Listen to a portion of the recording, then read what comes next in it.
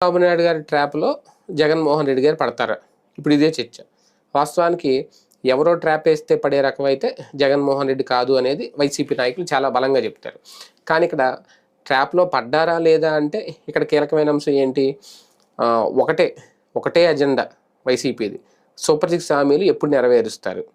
Super six హామీలు అంటే సంక్షేమం గతంలో ఆ నవరత్నాలు అమలు చేయడానికే ఎంత కష్టపడ్డారో, ఎంత అంటే ఆ నిధుల విషయంలో గానీ, కేంద్రం నుంచి రావాల్సినవి రాబట్టుకోవడం విషయంలో గానీ ఎంత కష్టపడ్డాడని జగన్మోహన్ రెడ్డి గారికి తెలుసు.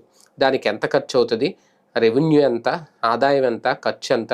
అందులో సంక్షేమానికి ఎంత ఖర్చు చేయాలి? కేంద్రం నుంచి ఎంతొస్తది? ఈ లెక్కలన్నీ జగన్మోహన్ రెడ్డి గారికి తెలుసు. ఆ లెక్కలన్నీ వేసుకున్నారు కాబట్టే లాస్ట్ టైం ఎన్నికలకు ముందు ఇంతకు మించి ఇవ్వలేము అని చెప్పి ఒక లెక్క చెప్పుకుంటూ వచ్చారు. కానీ అంతకు మించి మేము ఇస్తాము అని చెప్పి అధికారంలోకి వచ్చింది తెలుగుదేశం పార్టీ. అందుకని అది ఎలా ఇస్తారో చూద్దామని చెప్పి వేచి చూస్తుంది వైఎస్ఆర్‌సీపీ.